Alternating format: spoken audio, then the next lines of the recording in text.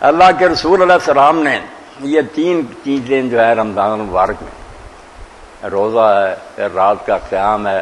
اور لیلۃ القدر کا قیام ہے،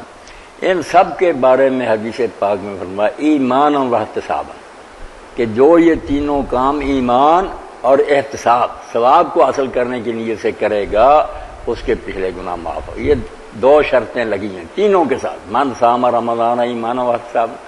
من قام رمضان ایمان و احتساب،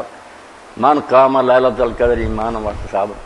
عام طور پر جو حدیث کے اشارے ہیں وہ یہی کہتے رہے کہ ایمان سے مراد ہے کہ اس کا عقیدہ ٹھیک، اور احتساب سے یہ مراد لیتے رہے کہ وہ ثواب کے لیے کام کرے۔ اللہ تعالیٰ رحمت کرے حضرت مولانا شبیر احمد عثمانی رحمۃ اللہ، بڑے حکیم تھے، ان کا حاشیہ بھی جو نا حکمت سے بھرا ہوا، آپ ساری تفسیریں بڑے یقین جانیں، جہاں آپ سمجھیں نا کہ یہ سوال ذہن میں کھٹتا ہے پھر اس حاشیہ کو پڑھیں، اللہ کے فضل سے وہ ایک آدھ لفظ میں حل کر دیں۔ بہت دانات تھے، حکمت تھی ان کے اندر، تو انہوں نے جو بخاری شریف پر لیکچر دیے نا عمالی، وہ اب 2 جلدیں اس کی شائع ہوئے، اب کاش کے ساری شائع ہو جاتی۔ وہ اس کا نام رکھا انہوں نے فضل الباری، جنہوں نے شائع کی نا فضل الباری اس کا نام رکھا۔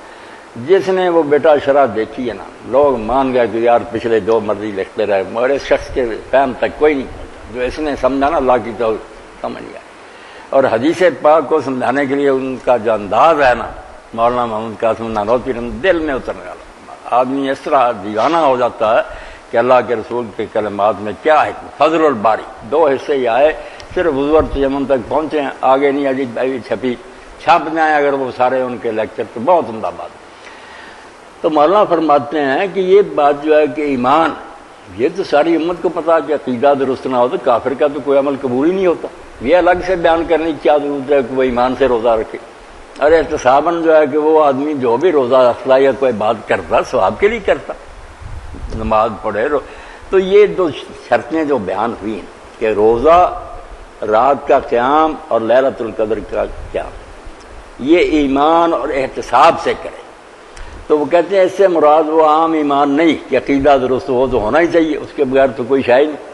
اور احتساب سے مراد بھی ثواب کمانے کی بات نہیں، صرف وہ کہتے ہیں کہ بعض کام جو ہے آدمی ان کو پھر عادتاً کرنے لگتا ہے، مسلمان ہوتا عادت پڑ جاتی ہے کہ نماز کا وقت آیا اٹھا نماز پڑھنے کے لیے آ گیا، ذہن میں وہ حکم نہیں اس وقت آتی۔ دوائی ڈاکٹر نے بتائی، آپ پہلے تو سمجھے ڈاکٹر صاحب نے بتایا کھائیں، مگر پھر عادت ہوگی، پھر نہیں ذہن میں آتا کہ ڈاکٹر صاحب نے کہا، یعنی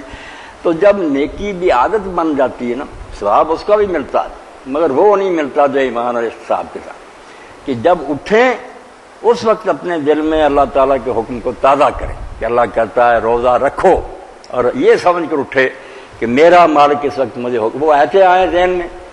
رسول اللہ کی حدیثیں آئیں، ان کو سچا مانیں، اور اس وقت وہ ثواب کی نیت سے اٹھے، عام ثواب کی نہیں، اس وقت ذہن میں لائے۔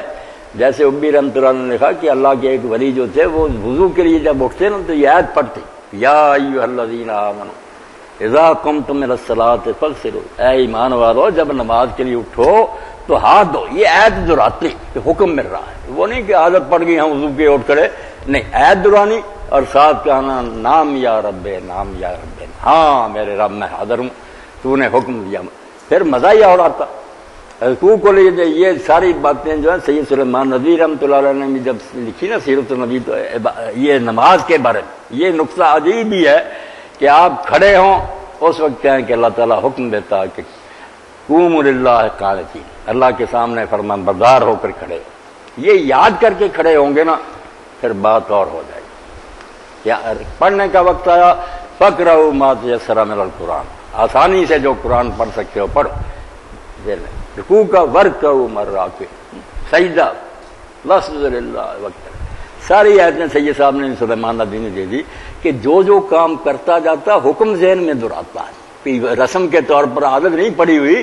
حکم مل رہا تازہ بھی، اور میں اس کی تعمیر کر رہا ہوں۔ تو لکھتے ہیں کہ ان باتوں کو جب اس طرح کرے کہ حکم اللہ تعالیٰ کے تازہ کرے اور اس کو پھر کہے کہ سچے ہیں، اور وہ ثواب جو بیان ہو اس کو لینے کے لیے پھر اٹھے، پھر اس کا اجر و ثواب بہت بڑھ جاتا ہے۔ تو اللہ تعالیٰ نے رمضان المبارک جو ہے نا اس کو اس بات کے لیے چنا، جو اتنی اعلیٰ بات ہے